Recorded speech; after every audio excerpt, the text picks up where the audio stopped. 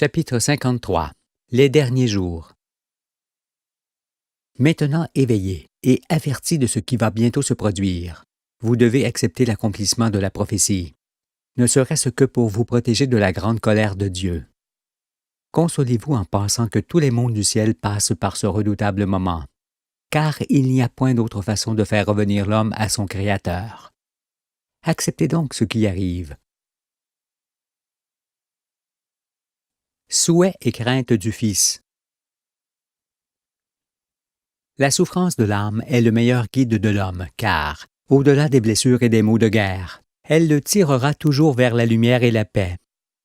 C'est pourquoi, de catastrophe en douleur et d'injustice en désespoir, vous viendrez à moi sans qu'il soit besoin de vous pousser. Chacun sait que je ne désire la perte de qui que ce soit, mais que le pécheur sorte de son aveuglement et qu'il vive. Or, me prêterez-vous seulement l'oreille, vous qui gémissez dans ce monde? Ce n'est point contre vous que la fureur de Dieu est dirigée, mais contre ceux qui vous font du mal. Voici sur qui je porterai mes regards, dit l'Éternel, sur celui qui souffre et qui a l'esprit abattu, sur celui qui craint ma parole. Celui qui craint sa parole est aussi celui qui écoute ses envoyés, les prophètes. Je vous conseille alors d'être attentif et vigilant, car si vous persistez à hausser les épaules lorsqu'on vous explique qu'en vous étant éloigné de la lumière, vous vous êtes enfoncé dans les ténèbres, et si vous continuez à tirer la langue, quand on vous montre que ce sont vos pensées et vos œuvres qui amènent la fin, alors vous ne pourrez voir dans quel temps vous êtes et ce qui va arriver. Cependant, plusieurs élèveront la voix pour me combattre. Ils diront: celui qui s'adresse au monde aujourd'hui avec son livre n'est pas le Fils de l'homme, car Jésus l'annonce pour le dernier jour, lorsqu'il y aura tous les signes de la fin. Assurément, ce monde ne porte pas toujours à la tristesse. Si donc celui qui tient les 7 étoiles dans sa main vous éclaire et vous ressuscite, vous sépare des impies et vous met à l'abri après avoir vaincu le monde, n'est-ce pas suffisant pour voir en lui le fils de David? À quoi d'autre peut-on le reconnaître? À ses pieds, à ses mains, à ses cheveux, à sa barbe? Gens aveugles, priez plutôt pour que ce soit lui qui vous reconnaisse, au milieu des boucs. Et si d'autres proclament autour de vous: le Fils de l'homme n'est pas annoncé pour le jour où le fer règne sur la terre, vous leur répondrez, vous qui avez lu ce qu'est le songe de Daniel, le prophète. S'il ne se lève pas lors du règne du fer, qui donne l'impression de force, alors qu'il rend le monde comparable à une grande statue ayant des pieds d'argile, et pendant que l'argent et l'or perdent également le monde, quand donc peut-il se lever? Si vous persistez à croire que l'avènement du Fils de l'homme a eu lieu il y a 2000 ans et non aujourd'hui, vous allez périr. Par Jésus, Jean vous a présenté son image, son personnage et ses travaux 2000 ans avant sa venue, pour qu'à son arrivée soudaine, chacun sache qui il est. C'est pour cela que Jésus répond à ceux qui l'interrogent sur sa présence. Allez rapporter à Jean ce que vous avez vu et entendu. Les aveugles voient, les boiteux marchent, les lépreux sont purifiés, les sourds entendent, les morts ressuscitent, la bonne nouvelle est annoncée aux pauvres. Heureux celui pour qui je ne serai pas une occasion de chute. Je vous demande cependant de respecter la volonté de chacun et de ne forcer personne à me suivre. Veillez aussi à ne point partager vos repas avec mes ennemis, qui délibéreront pour me faire mourir. Je parle de ceux qui composent les 7 têtes du dragon, qui est le diable, c'est-à-dire des 7 catégories d'hommes déjà énoncées, qui règnent en croyant posséder la terre et ses habitants. En étant plus rusés que les renards, ils se sont nourris de votre chair jusqu'à présent, et vous y consentiez par les fascinations qu'ils exerçaient sur vous. Par prudence, éloignez-vous d'eux dans ces derniers jours, car vous savez où ils emmènent le monde. Après avoir lu les Écritures, et notamment l'Apocalypse que Jean explique sous voile, pourquoi tiendrez-vous encore à vos coutumes, à vos conceptions du monde et à vos projets, puisqu'il est écrit que vous allez vous retrouver comme aux origines, où les hommes étaient plus rares que leur faim? Pensez que les grandes villes seront désertées, et que celles qui ne seront pas détruites n'auront plus que des ronces, des rats et des chauves-souris pour habitants. Alors, au lieu de vous attacher aux traditions et aux coutumes qui ont apporté la faim, mettez plutôt la main dans mon côté, comme Thomas qui montre l'exemple. Dans ces temps difficiles de la faim, l'homme est aux prises avec beaucoup d'incertitudes. Mais il y a aussi des certitudes, comme les jours et les nuits qui se succèdent invariablement, ou comme l'amplification du mal qui amène forcément la fin du monde bâti sur le mensonge.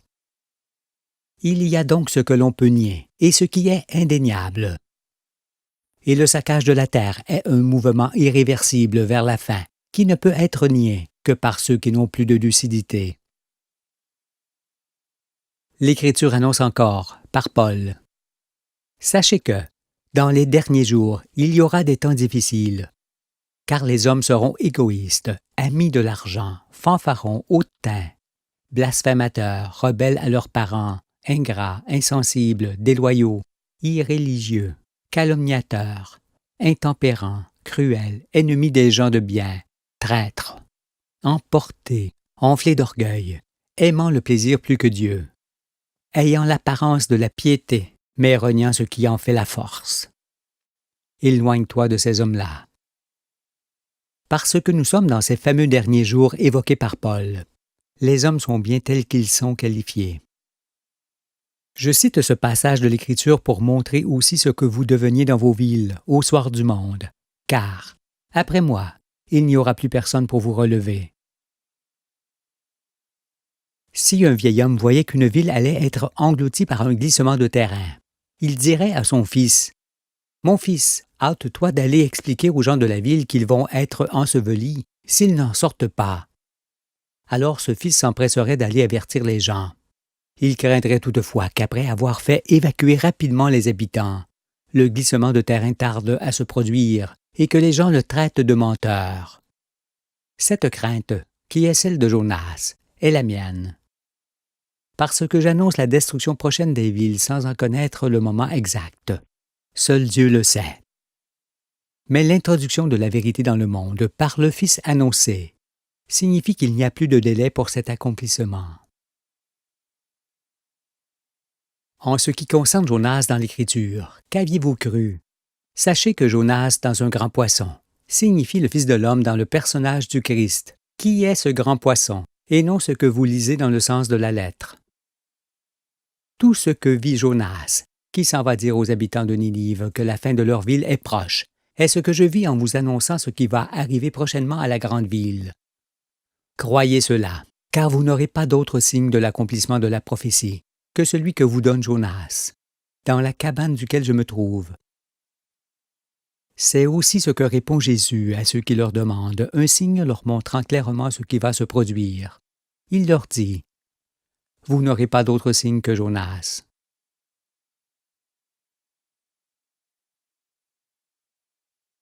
Pour comprendre l'Écriture, je dis encore que lorsque l'Éternel me fit connaître ce qui allait arriver aux villes, comme Jonas, je tentais de m'enfuir loin de sa face. Mais je vis qu'un vent impétueux s'était levé, menaçant de faire périr le monde, ainsi que je l'ai expliqué dès le début. Et, comme Jonas et Jésus le font, je m'endormis profondément. Cela dura jusqu'à ce que l'on me réveille pour calmer la tempête et pour sauver ce qui ne devait point périr. Ceci est pour expliquer ce que vous lisez de Jonas dans l'Ancien Testament et qui est aussi exprimé de cette façon dans le Nouveau Testament. Et voici, il s'éleva sur la mer une si grande tempête que la barque était couverte par les flots. Et lui, Jésus, il dormait. Les disciples s'étant approchés, le réveillèrent et dirent, « Seigneur, sauve-nous, nous périssons. »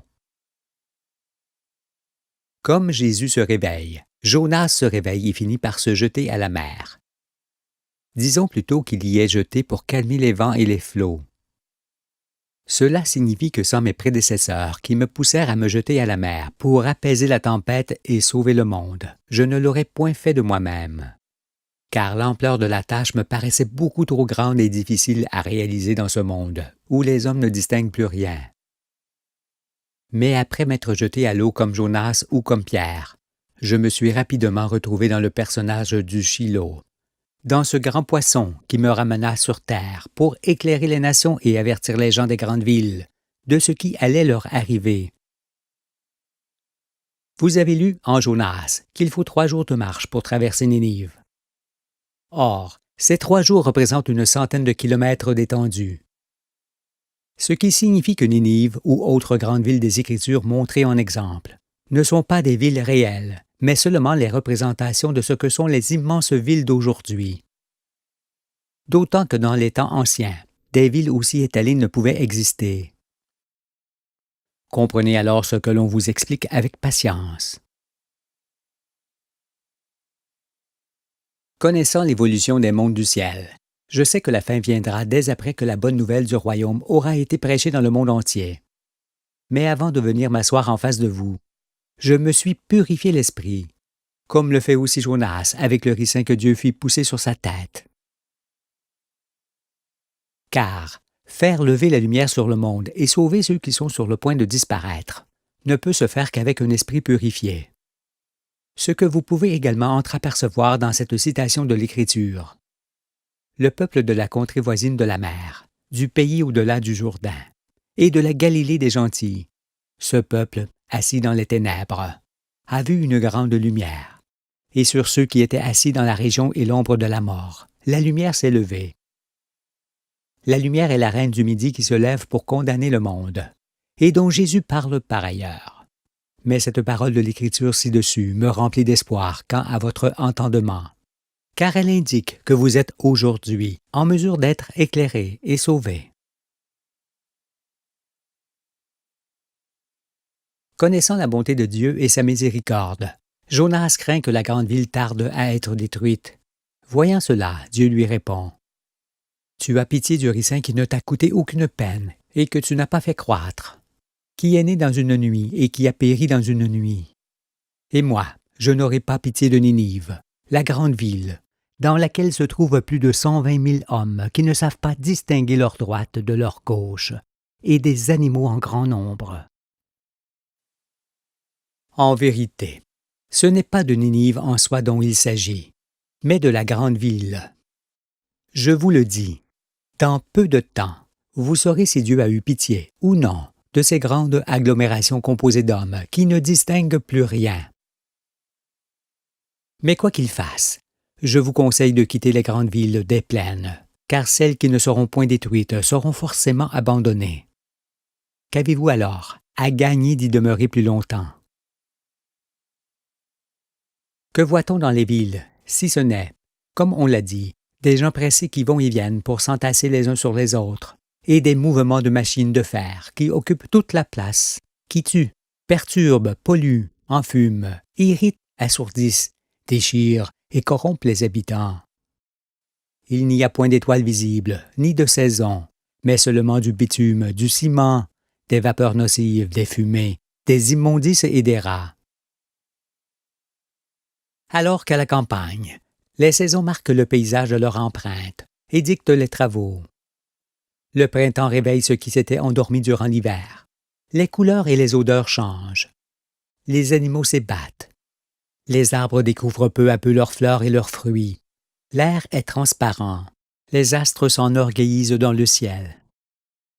On procède au labour, aux semailles, aux moissons, aux fenaisons, aux cueillettes et aux vendanges, qui sont autant de satisfactions et d'occasions de joie.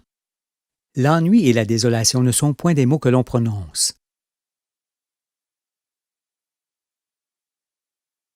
Le temps de la Pâque. La bonne nouvelle du royaume de Dieu sera prêchée dans le monde entier, pour servir de témoignage à toutes les nations. Alors viendra la fin. Et quand cette parole de Jésus s'accomplira en tout pays, vous saurez alors qu'il s'agit d'un signe manifeste, indiquant qu'il est l'heure de se retirer sur les hauteurs. Mais je vais vous montrer autre chose, pour convaincre ceux qui résistent encore opiniâtrement. Souvenez-vous qu'en ce qui concerne la Pâque, Moïse dit : « Quand vous le mangerez, l'agneau, vous aurez vos reins sains, vos souliers aux pieds et votre bâton à la main, prêts à partir, et vous le mangerez à la hâte. » C'est la Pâque de l'Éternel. L'explication de ceci est donnée aujourd'hui, où vous mangez l'agneau de Dieu, à la hâte, car le temps presse. Ainsi que nous l'avons déjà expliqué, c'est la Pâque qui consiste à passer du monde de ténèbres dans le monde de lumière. Jésus dit aussi, « Vous savez que la Pâque a lieu dans 2 jours, ce qui signifie 2000 ans, et que le Fils de l'homme sera livré pour être crucifié. » Pourquoi 2 jours équivalent-ils à 2000 ans? Parce que dans le 4e livre des Psaumes, Moïse, s'adressant à Dieu, dit « 1000 ans sont, à tes yeux, comme le jour d'hier quand il n'est plus, et comme une veille de la nuit. » Et lorsque, par ailleurs, Ésaïe gronde les femmes insouciantes, il leur annonce « Dans 1 an et quelques jours vous tremblerez », ce qui s'entend après la publication du livre. Pour toutes ces raisons, et parce que Jésus est la représentation du Fils de l'homme au jour de son avènement, qui est ce jour, sachez que vous ne changerez vraiment d'air que lorsque le soleil se lèvera pour la première fois sur le royaume de Dieu. Jusque-là, vous serez toujours dans l'ancien monde, dans le monde de Noé, voué à s'en aller. Et puis, toujours en ce qui concerne les derniers jours, un autre signe formel m'est adressé, qui confirme les précédentes explications. Voici, il est écrit. Que ceci soit un signe pour toi. On a mangé 1 année le produit du grain tombé, la parole de vérité. Et une 2e année, ce qui croit de soi-même. Mais la 3e année, vous sèmerez, vous moissonnerez, vous planterez des vignes, et vous en mangerez le fruit. Ce qui aura été sauvé de la maison de Juda, ce qui sera resté poussera encore des racines par-dessous, et portera du fruit par-dessus. Car de Jérusalem il sortira un reste, et de la montagne de Sion des réchappés. Voilà ce que fera le zèle de l'Éternel des armées. Il n'est pas besoin d'explication pour comprendre qu'il s'agit là des 2 dernières années du monde qui seront suivies du royaume de Dieu, sur la terre entière. Soyez attentifs, parce que je dis encore que ni le Fils ni personne d'autre ne connaît le jour et l'heure de la fin. Seul Dieu les connaît. Mais l'avènement du Fils sonne le moment de sortir de vos villes et de vous retirer quelques jours dans les villages et sur les hauteurs de vos pays où vous serez à l'abri.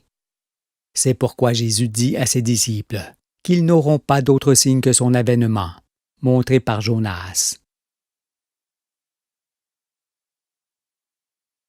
Vous aurez donc devant vous 1 année de grâce de la part du Seigneur pour manger le livre, le produit du grain tombé, et pour vous décider à me suivre.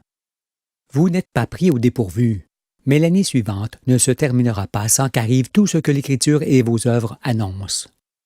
Et la 3e année, vous serez enfin dans le royaume, délivrés des ténèbres et du mal pour toujours. Persévérez alors jusqu'à la fin, parce qu'il suffit de voir l'état du monde aujourd'hui pour comprendre qu'il est arrivé à son terme, conformément à ce qui est prédit. Sachez donc à ce sujet que le livre des prophètes est comme un livre de scènes duquel les acteurs ne peuvent se détourner. Je l'ai éprouvé, je vous le dis, ainsi que les personnes qui font partie de mon entourage. Vous commettriez alors une folie de ne pas croire ce que l'on vous dit. Mais cela vous regarde, car la sélection des hommes doit s'effectuer avant que les puissances des cieux ne soient ébranlées. Si Dieu ne me pressait de vous avertir, je ne dirais rien, car je n'aurais rien à expliquer de plus que vous ne sachiez. Mais pour annoncer la venue du royaume, je dois vous conduire dans toute la vérité et vous montrer la fin du règne des fils de Satan, Dieu n'habitant que des places propres et des temples d'or pur. Les Écritures en témoignent, l'enseignement des astres y conduit. Et tout est prêt sur la terre pour cet ultime accomplissement de la prophétie.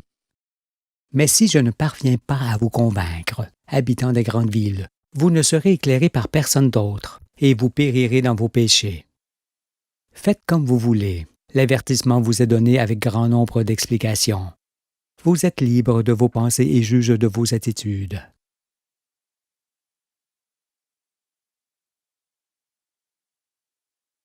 Le Fils et la loi.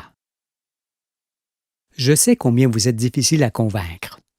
Cependant, si je marchais dans vos rues en criant « Je suis le Christ, suivez-moi », j'aurais déjà tout un peuple derrière moi, comme cela se produit avec ceux qui forment des sectes, à partir de mensonges et d'intrigues. Or, je n'agis pas ainsi, parce que le Fils ne se reconnaît qu'à travers le pain du ciel qu'il apporte, et parce qu'il vous demande de vous assembler sans lever la main sur qui que ce soit. Non, pour faire périr les méchants et leurs prêtres, il suffit de s'éloigner d'eux et de les laisser sécher sur leurs pieds, comme des plantes qui n'ont plus d'eau. Dans cela, il n'y a ni violence, ni injustice, ni fraude. Et c'est parce qu'il en est ainsi qu'on reconnaît le véritable envoyé du ciel, celui qui arrive à l'improviste lorsque personne ne l'attend. Mais plusieurs craindront que les peuples ne puissent abandonner leur religion pour suivre le Fils de l'homme. Pour les rassurer, vous devez prêcher dans le monde que la tunique du Fils de l'homme est de toutes les couleurs, de la couleur noire, brune, jaune et blanche, car ce sont les premiers hommes qui commencèrent son sang, que les derniers terminèrent. Le Fils de l'homme n'est pas le Fils d'un peuple, mais de tous les peuples, direz-vous, et son sang est celui de tous. C'est pourquoi, à ses yeux, quelle que soit la couleur d'un homme, cet homme en vaut un autre d'une autre couleur.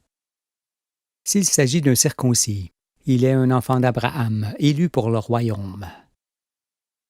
Alors, les peuples de la terre, sachant que le Sauveur est l'unique Sauveur, feront la différence entre leur funeste religion, qui apporte le malheur, et la puissance de la vérité, qui assoit le règne de Dieu en tout pays. Quant à ceux qui ne savent pas lire, ou qui ne peuvent s'élever seuls sur les hauteurs où Dieu habite, expliquez-leur patiemment les astres du ciel et la terre avec les figures dessinées, puis faites-leur connaître les bienfaits de la loi que les anges utilisent avec respect. Alors, ils connaîtront l'essentiel de ce que l'homme doit savoir, et seront sauvés. Il ne peut en effet rien exister de mieux que la connaissance et les ordonnances du Créateur, pratiquées par tous les anges, pour vous décider à quitter ce monde inique et vivre en toute sécurité dans le sanctuaire. La loi du Très-Haut ne vous tombe pas sur la tête, comme le font celles des hommes, car chacun accède à elle par élévation, et tel que vous l'avez fait dans cette ascension. Déjà tout écrit en vous, vous n'aurez aucun mal à l'accepter, car, en lisant les paroles de Dieu, vous direz « Enfin ». Cela parce qu'elles reposent sur un seul principe, vivre libre, en ne faisant de tort à quiconque, ni à quoi que ce soit. Vous allez donc lire maintenant cette fameuse loi de la délivrance, avec laquelle la terre ne sera plus jamais frappée. Et je vous demande de ne point murmurer en la parcourant pour la première fois, parce que ce n'est plus moi que vous aurez en face de vous, mais celui qui m'envoie.